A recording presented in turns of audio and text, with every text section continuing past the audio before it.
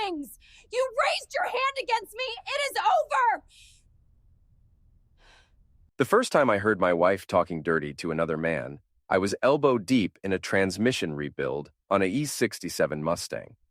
The car belonged to Mrs. Haskell from down the street, and like everything else in Milltown, it had seen better days. I was underneath the lift in my shop, grease coating my forearms, when Lauren's voice drifted through the partially open office door. "God, I can't wait to feel you inside me again," she purred into her phone.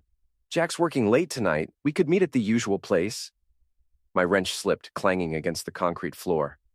I froze, every muscle in my body suddenly rigid. "You know what I love about you, Greg?" Lauren continued, her voice dropping to that breathy whisper she used to reserve for me.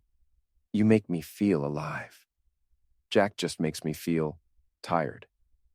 Greg, my brother-in-law Greg, Monica's husband. The guy who showed up to every family barbecue with his protein shakes and his stories about coaching high school basketball. The guy who always slapped me on the back a little too hard and called me buddy. I slid out from under the Mustang, wiped my hands on my coveralls, and stood there in my own shop, the business I'd built from nothing over 15 years, feeling like the floor had opened up beneath me. Through the office window, I could see Lauren pacing, twirling her hair the way she did when she was excited. She wore her gray power suit, the one she'd bought after making junior partner at Hawthorne and Associates. She looked beautiful. She looked like a stranger. "I have to go," she said suddenly, glancing toward the garage. "I think Jack's finishing up. See you Friday. I love you too." She hung up and walked out of the office with a smile. "Hey, babe, how's Mrs. Haskell's car coming along?" I stared at her, my mind racing through every interaction, every late night at the office, every girl's weekend with her sister Monica. How long had this been going on? "Fine," I managed. "Should be done tomorrow." "Great. Listen, I've been meaning to talk to you about something exciting." She bounced on her toes like a teenager. "Monica and I are planning a family trip next weekend. Just the three of us, me, Monica, and Greg. Kind of a siblings thing, you know? Greg's going to help with the kids, and we're going to this spa resort upstate. You don't mind, do you?" The audacity nearly knocked me over. A family trip with her lover, while I stayed home like an idiot. "Sure," I said. "Sounds great." That night, after Lauren fell asleep, I went through her phone. I know, invasion of privacy, breach of trust, all that. But she'd already blown through those boundaries, hadn't she? I found everything, months of texts, hotel receipts she'd hidden in her car, photos I wished I could unsee, and videos, God, the videos, saved to a cloud account she thought was private. In one text exchange with Monica, Lauren had written, "Jack's too dumb to figure it out. He's so busy with his little garage playing with his cars like a child. Greg makes me feel like a woman." Monica's response, "Be careful, Jack might surprise you." Lauren, "Please, Jack couldn't surprise me if he tried. He's predictable, safe, boring." I sat in my truck in the driveway until sunrise, watching those words burn themselves into my brain. Boring. Predictable. Too dumb to figure it out. They had no idea what was coming. Friday came. Lauren packed her suitcase with clothes I'd never seen before. Lacy things that definitely weren't meant for a spa day with her sister. I helped her load the car, kissed her goodbye, and watched her drive away with a smile plastered on my face. Then I called Mike. Mike Brennan had been my best friend since high school. He'd done 20 years as a cop before retiring early and buying a dive bar on the edge of town called Brennan's. If you needed information, advice, or just someone to tell you that you weren't crazy, Mike was your guy. "She's really doing it?" Mike asked when I showed up at the bar that afternoon. It was empty except for two regulars nursing beers in the corner. "With your brother-in-law?" "For months, apparently." I slid onto a bar stool and pushed my phone across to him. "Read the texts." Mike scrolled through, his weathered face darkening. "Jesus, Jack, I'm sorry, man." "Don't be sorry. Help me." I leaned forward. "You always told me, don't get mad, get smart. So I'm asking you, how do I get smart about this?" Mike set down the phone and poured us both a whiskey. "What do you want? Divorce? Revenge? What's the end game here?" "I want them to pay," I said simply. "Not just Lauren and Greg, Monica too. She's been helping them, covering for them. They've all been laughing at me behind my back. I want them to feel what I'm feeling right now." Revenge is a dangerous game, Jack. I don't care. I'm done being the joke. Mike studied me for a long moment, then nodded. "All right, but we do this smart. No violence, Nothing illegal that'll blow back on you. We hit them where it hurts. Their reputations, their jobs, their perfect little lives. You ready for that? I'm ready. We spent the next 3 hours planning. Mike had connections, people who owed him favors from his cop days. By the time I left the bar, I had the name of a private investigator, a tech guy who could recover deleted files, and a roadmap for dismantling my wife's life piece by piece. First stop, the hotel. The Grand Milltown Hotel sat downtown, a renovated historic building that charged $200 a night for rooms that smelled like potpourri and disappointment. I'd tracked Greg's car there using the GPS app on my phone. We were all on the same family plan, another little irony. His silver Lexus sat in the parking garage, third level, right where the cameras didn't quite reach. I parked my truck 2 rows over and grabbed my toolbox. Now, I'm not a violent man, never have been, but I know cars, and I know how to make them suffer. I let the air out of Greg's front tire slowly, so it would look like a natural leak. Then I popped the hood. Greg never locked it, too trusting, and loosened his battery cables just enough that the car wouldn't start. Finally, I took a bottle of corn syrup I'd bought specifically for this purpose and poured it into his gas tank. The sugar in the gas tank thing is mostly a myth. It doesn't destroy engines like people think. But corn syrup? That'll gum up a fuel system real nice. Cost him a few thousand in repairs, at least. I left a note under his wiper blade. Hope you're better at screwing than you are at hiding.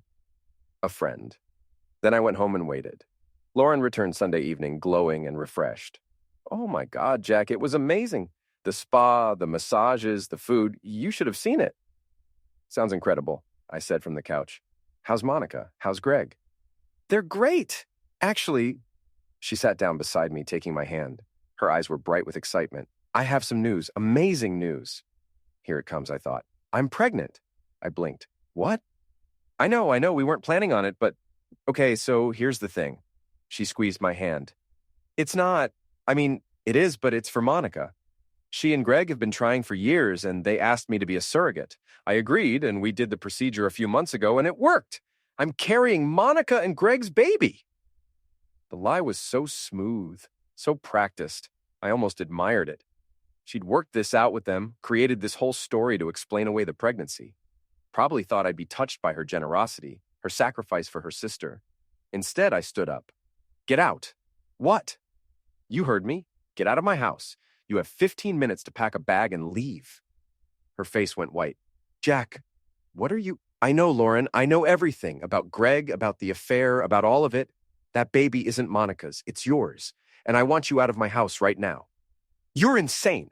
I'm trying to do something beautiful for my sister, and you're... The front door burst open. Greg stood there, his face red with fury, still wearing the same clothes from the hotel. You son of an unpleasant person, you ruined my car. Do you know how much that's going to cost? I turned to him slowly. You ruined my life, Greg. The car's just payback. I'll sue you. I'll press charges. I have witnesses who saw you. Saw me what? Walk through a parking garage? You've got nothing. I stepped closer to him. But I've got everything. Videos, texts, hotel receipts. Want me to send them to Monica? Or maybe to the school board? Pretty sure they frown on teachers sleeping with their students' relatives.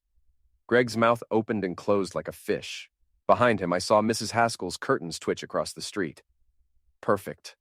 By morning, the whole neighborhood would know. Everyone needs to calm down, Lauren said, her lawyer voice kicking in. Greg, go home. Jack, you're upset, but we can talk about this rationally. There's nothing to talk about. I want a divorce. I want you both out of my life. And if you fight me on this, I'll make sure everyone in this town knows exactly what kind of people you are. I walked past them, grabbed my keys, and headed for my truck. Behind me, I heard Lauren crying, Greg shouting, the perfect suburban evening exploding into chaos. Good. Let them feel it. Let them scramble. This was just the beginning. The next week was a special kind of hell. Lauren moved in with Monica and Greg, the three of them apparently deciding to circle the wagons. My daughter, Emily, 17 and convinced she knew everything, took her mother's side immediately.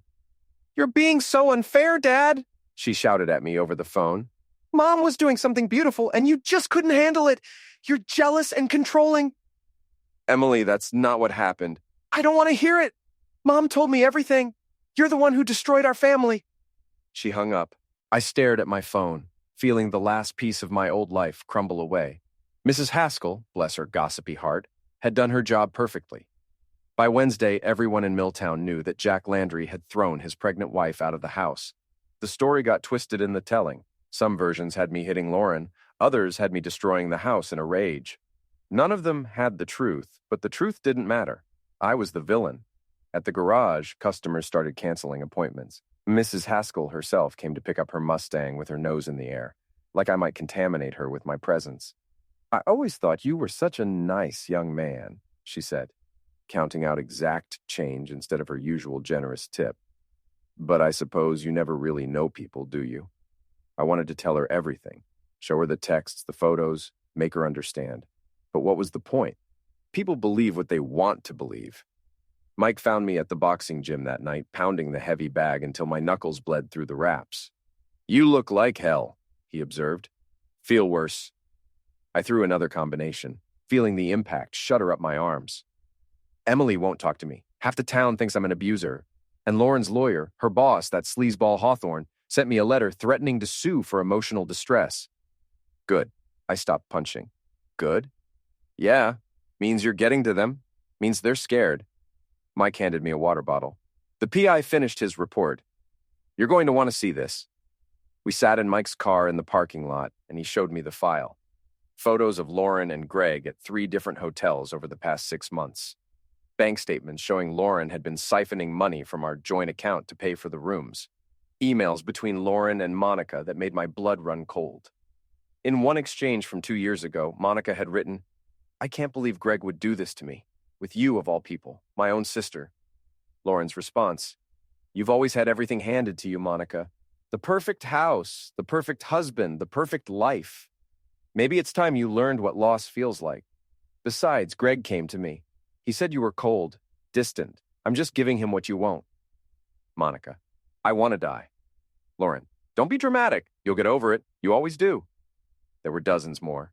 Years of messages showing Lauren systematically destroying her sister's self-esteem, gaslighting her, convincing her that Greg's affair was somehow Monica's fault. And then, about 6 months ago, the tone changed. "Monica, I have a plan. If you're going to destroy my marriage, I'm going to destroy yours, but I need your help." Lauren, "What kind of plan?" Monica, "Get pregnant with Greg's baby. Tell Jack it's for surrogacy. When he finds out the truth, he'll leave you and you'll have nothing. Just like you left me with nothing." Lauren, "That's insane." Monica, "Is it, or is it justice? Think about it. You get to keep sleeping with Greg, I get to watch your marriage implode, and Jack finally sees what kind of person you really are. Everyone wins. Except you." I looked up at Mike. "Monica set this whole thing up?" "Looks like it. She's been playing the long game, letting Lauren think she was getting away with it, all while planning to burn her life down." Mike lit a cigarette. "Question is, what do you do with this information?" I thought about Monica, always so perfect, so put together. The sister who'd never quite measured up to Lauren's success, who'd married young and settled into suburban mediocrity while Lauren climbed the corporate ladder. I'd always felt a little sorry for her. Now I realized she was just as dangerous as Lauren, maybe more so. "I use it," I said finally, "against both of them." "How?" I smiled for the first time in days. "I'm going to let them destroy each other, and I'm going to make sure everyone's watching when they do." The school talent show seemed like an unlikely place for revenge, but that's what made it perfect. Emily was performing some spoken word piece about female empowerment that was clearly aimed at me. Lauren, Monica, and Greg would all be there, sitting together in the auditorium like one big happy family. I made sure to arrive early, securing a seat in the front row. When Lauren spotted me, her face went pale. "What are you doing here?" she hissed, leaning over the seat. "Supporting my daughter. I'm still her father, Lauren. You have no right." "I have every right. This is a public event." I smiled pleasantly, looking forward to the show. Greg glared at me from 2 rows back, but didn't approach. Monica sat between them, looking fragile and nervous. Good, the show started. Emily performed her piece, something about breaking free from toxic masculinity and patriarchal oppression. The audience applauded. Lauren beamed with pride. I sat quietly, waiting. During intermission, I made my move. The school had set up a refreshment table in the lobby. I found Greg there, loading up on cookies like he hadn't eaten in days. "Hey, Greg," I said loudly enough for the nearby parents to hear. "How's Lauren's morning sickness? Or wait, is that Monica's morning sickness? I can never keep track of whose baby is whose in your family." Greg's face turned purple. "You need to shut your mouth right now." Why? I'm just asking about my nephew, or is it my son? This whole surrogacy thing is so confusing. I turned to a woman standing nearby, pretending to just notice her. Oh, sorry, Mrs. Peterson. Didn't mean to air family business. It's just such an exciting time, you know? My wife carrying my brother-in-law's baby. Modern families, right? Mrs. Peterson, the school principal, stared at me with wide eyes. Greg grabbed my arm. Outside, now. Don't touch me, Greg, that's attack. Ask your wife. She's a lawyer. She'll explain it to you. He shoved me. Not hard, but enough. I stumbled backward, knocking into the refreshment table. Cookies scattered, parents gasped, and Emily, who'd come out to find us, stood there with her phone out, recording everything. Dad, what are you doing? She shouted. Ask your mother, I said calmly, picking myself up. Ask her whose baby she's really carrying. Ask her how long she's been sleeping with Uncle Greg. Ask her about the hotels, the lies, all of it. You're insane, Lauren appeared, her face flushed. You're making a scene because you can't handle the fact that I'm doing something selfless for my sister. Selfless? I laughed. Show them the texts, Lauren. Show them the emails. Show them the truth. There is no truth except what you've invented in your paranoid mind. She turned to the gathering crowd. My husband is having a breakdown. He's been abusive, controlling. I had to leave him for my own safety. And now he's trying to ruin this beautiful thing I'm doing for my family because he can't stand that I don't need him anymore. The crowd murmured. I saw belief in their eyes, belief in Lauren's story, in her tears, in her perfect performance. Emily was crying now too, shouting at me to leave. I looked at Monica. She stood apart from the group, watching everything with an expression I couldn't quite read. Our eyes met, and something passed between us. Understanding, maybe, or recognition. You're right, I said to Lauren. I should go. But before I do, Monica, can I talk to you for a minute? Privately? Don't you dare, Lauren warned her sister. But Monica was already moving toward me. It's fine, Lauren. I can handle Jack. We walked outside into the parking lot. The spring air was cool, carrying the smell of cut grass and distant rain. You know, don't you? Monica said quietly. About the plan. I know everything. The question is, do you want to go through with it? She looked back at the school, at the lit windows and the sound of children laughing inside. I've spent 2 years planning this, 2 years watching her smile, watching her pretend to be my loving sister while she destroyed my marriage, and now she's pregnant with my husband's baby, and everyone thinks she's a saint for it. So let's finish it, I said. Let's make sure everyone knows the truth, not just about Lauren and Greg, about all of it. Your plan, her lies, everything. Why would you help me? I'm as guilty as she is. Because you're honest about it, and because I think we both deserve better than being their sufferers. Monica studied me for a long moment, then nodded. What do you need? Access to your email account, the messages between you and Lauren. And I need you to trust me for about 48 hours. And then? And then we burn it all down. The bar was packed on Friday night. Brennan's did good business on weekends. Locals looking to unwind, couples on dates, the usual crowd. Mike had set up a small stage in the corner for live music, but tonight, the band had mysteriously canceled. Instead, there was just a screen and a projector, and me sitting at the bar with a laptop, waiting. Lauren and Greg showed up around 9, looking for a quiet drink away from Monica. They'd been fighting, according to the texts Monica had forwarded me. The stress of maintaining the lie was getting to them. They sat in a booth near the back, not noticing me at first. I waited until they'd ordered, until they were settled and comfortable. Then I started the show. The screen lit up with the first image, a text exchange between Lauren and Greg. Explicit, undeniable, time-stamped from 6 months ago. The bar went quiet. People turned to look. Lauren's face went white. What the hell? Greg jumped up, looking around for the source. I advanced to the next slide. More texts, then emails, then the bank statements showing Lauren's secret hotel fund, then the photos. Nothing adult content, but clearly intimate. Lauren and Greg kissing in a parking garage. Lauren and Greg entering a hotel room. Lauren and Greg at a restaurant, holding hands across the table. Turn it off! Lauren screamed, spotting me at the bar. Turn it off right now! Why? I asked calmly. You said I was paranoid. You said I made it all up. I'm just showing everyone the truth. She lunged for the laptop. Mike intercepted her smoothly, his old cop instincts kicking in. Ma'am, I'm going to need you to step back. This is illegal. This is harassment. I'll have you arrested. For what? Showing people public information? These are your texts, your emails. You sent them. I clicked to the next slide. But wait, there's more. The messages between Lauren and Monica appeared. The ones where Lauren mocked her sister, gaslighted her, systematically destroyed her self-esteem. The bar patrons gasped. Someone whispered, "Oh my God." Then came Monica's messages. The plan, the revenge, the cold, calculated destruction of Lauren's marriage. "You see," I said, standing up and addressing the room like I was giving a presentation. "My wife and my sister-in-law have been playing a game. Lauren was sleeping with Monica's husband, and Monica decided to get revenge by tricking Lauren into getting pregnant and letting me find out. They both thought they were so clever. They both thought they were in control." Lauren was crying now, mascara running down her face. Greg stood frozen, his face ashen. "But here's the thing about playing games," I continued. "Sometimes you forget that other people can play too." The final slide appeared. It was a message I'd composed myself, sent from Monica's email to Lauren's boss, Mr. Hawthorne. It detailed the affair, the pregnancy, the lies, everything. And it included a note that Monica had written at my request. "I thought you should know that your junior partner has been conducting an affair with a married man and using firm resources to cover it up. I have documentation if you require it." "You coward," Lauren whispered. "You sent that to Richard?" "Monica sent it.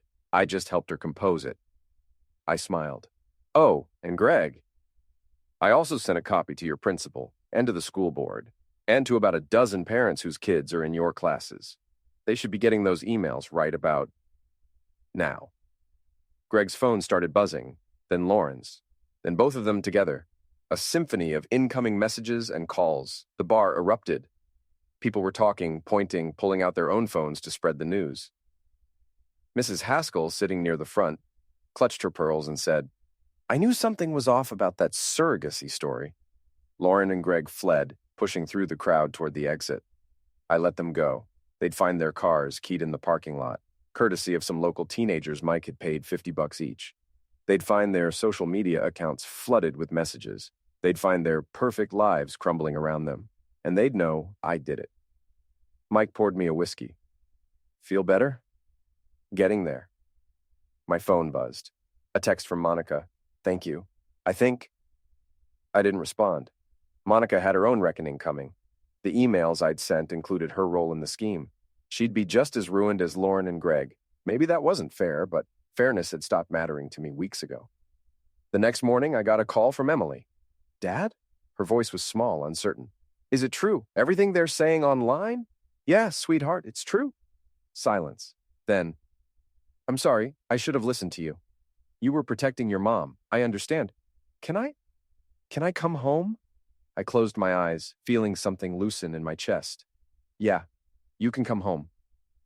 3 weeks later, I got a call from Monica. "We need to talk in person. The lake cabin."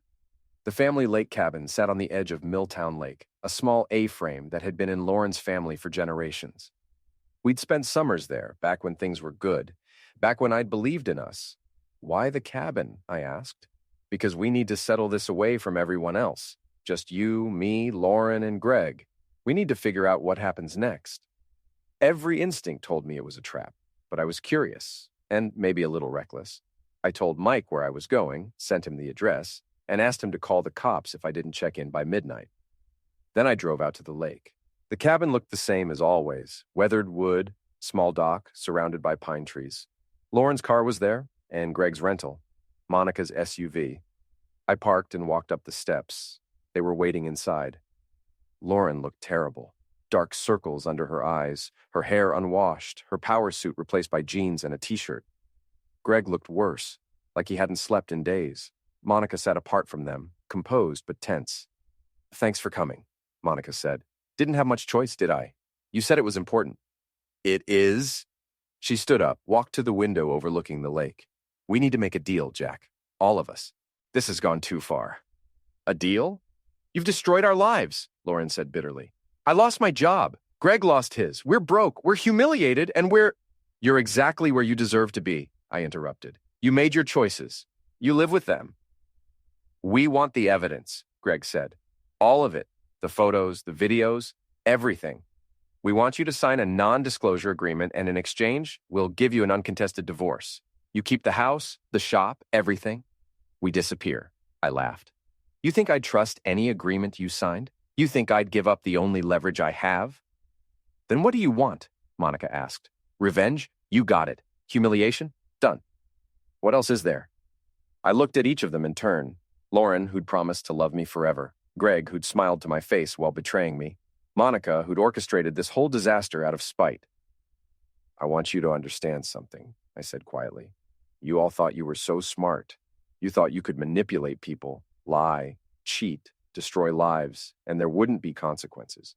You thought I was too stupid, too boring, too predictable to fight back. We get it, Lauren said. You won. Congratulations. I'm not done. I pulled out my phone. See? I've been recording this whole conversation, and I've got it set to live stream to a private server. If anything happens to me, if I get hurt, if I disappear, if I have an unfortunate accident, that recording goes public, along with everything else I have on all of you. You're paranoid, Greg muttered. No, I'm careful. There's a difference. I pocketed the phone. Here's what's going to happen. You're going to leave Milltown, all of you. You're going to start over somewhere else, and you're never going to contact me or Emily again. In exchange, I won't release the rest of what I have. The rest? Lauren's voice cracked. There's more. There's always more. You think I showed everyone everything at the bar? That was just the highlight reel. I smiled. I've got videos, Lauren, from the hotels. Some of them are pretty creative. I'm sure the internet would love them. You're bluffing. Am I? Want to test that theory? Silence fell over the cabin. Outside, a loon called across the water. Finally, Monica spoke. Fine, we'll go, but Jack, this doesn't make you the good guy. You're just as bad as we are now. Maybe, I agreed, but I can live with that, can you? I walked out of the cabin, got in my truck, and drove away. Behind me, the three of them stood on the porch, watching me leave. They looked small, defeated, broken. I felt nothing. #. Epilogue. The end. 6 months later, I was rebuilding a carburetor when Emily walked into the shop. Dad, there's someone here to see you. I looked up, wiping grease from my hands. A woman stood in the doorway, backlit by the afternoon sun. Mr. Landry, I'm Detective Sarah Phillips. I'm investigating a complaint filed against you by Lauren Landry, Monica Hayes, and Greg Hayes. They're alleging harassment, stalking, and distribution of private materials without consent. My stomach dropped. I see. They've provided quite a bit of evidence. Emails you sent, videos you shared, testimony from witnesses at a bar where you allegedly displayed private information publicly. She consulted her notepad. Pretty serious stuff. This was it. They'd gotten their revenge after all. However, Detective Phillips continued, I've also reviewed the evidence they provided, and I've got to say, Mr. Landry, you're either the luckiest man alive or the smartest. What do you mean? Every single thing you did was technically legal. The texts and emails were sent to you voluntarily. No hacking required. The videos were recorded in public spaces where there's no expectation of privacy. The bar presentation was on private property with the owner's permission. You didn't distribute anything that wasn't already accessible through legal means. She closed her notepad. It's manipulative as hell, but it's not criminal. I let out a breath I didn't know I'd been holding. That said, she continued, your ex-wife and her friends are pretty determined. They might try civil court, try to sue you for emotional distress or something. Just be prepared for that. I am. Thank you, Detective. She nodded and turned to leave, then paused. Off the record? My ex-husband cheated on me with my best friend. I wish I'd been as thorough as you. Nice work. After she left, Emily hugged me. I was so scared, Dad. Me too, kiddo. Me too. That night, I got a final text from an unknown number. It was brief. You win. We're gone. Don't look for us. I deleted the message and blocked the number. The next morning, Mrs. Haskell came by with her Mustang again. This time, it needed new brake pads. She handed me a casserole and said, I'm sorry I doubted you, Jack. The whole town is. We should have listened. It's okay, Mrs. Haskell. People believe what they want to believe. Well, we believe you now, and we're glad you're still here. I took the casserole, thanked her, and got to work on her car. The radio played old rock songs. The sun streamed through the garage windows. Emily was coming over for dinner later. My life wasn't perfect. It wasn't what I'd planned, but it was mine, built on truth instead of lies, on strength instead of betrayal. And that was enough. Lauren, Greg, and Monica were gone, scattered to different cities, their reputations destroyed, their plans in ruins. They'd tried to play me for a fool, and they'd paid the price. Not with violence, not with anything illegal, but with the simple, devastating power of the truth. I'd learned something through all of this. Revenge doesn't have to be dramatic. It doesn't have to be violent or illegal or even particularly creative. Sometimes the best revenge is just making sure everyone knows exactly who they're dealing with. I'd been called boring, predictable, too dumb to figure things out. But in the end, I'd figured out everything, and I'd made sure they'd never forget it. The Mustang's engine purred as I fired it up, testing the new brakes. Smooth, powerful, perfectly tuned, just like my life.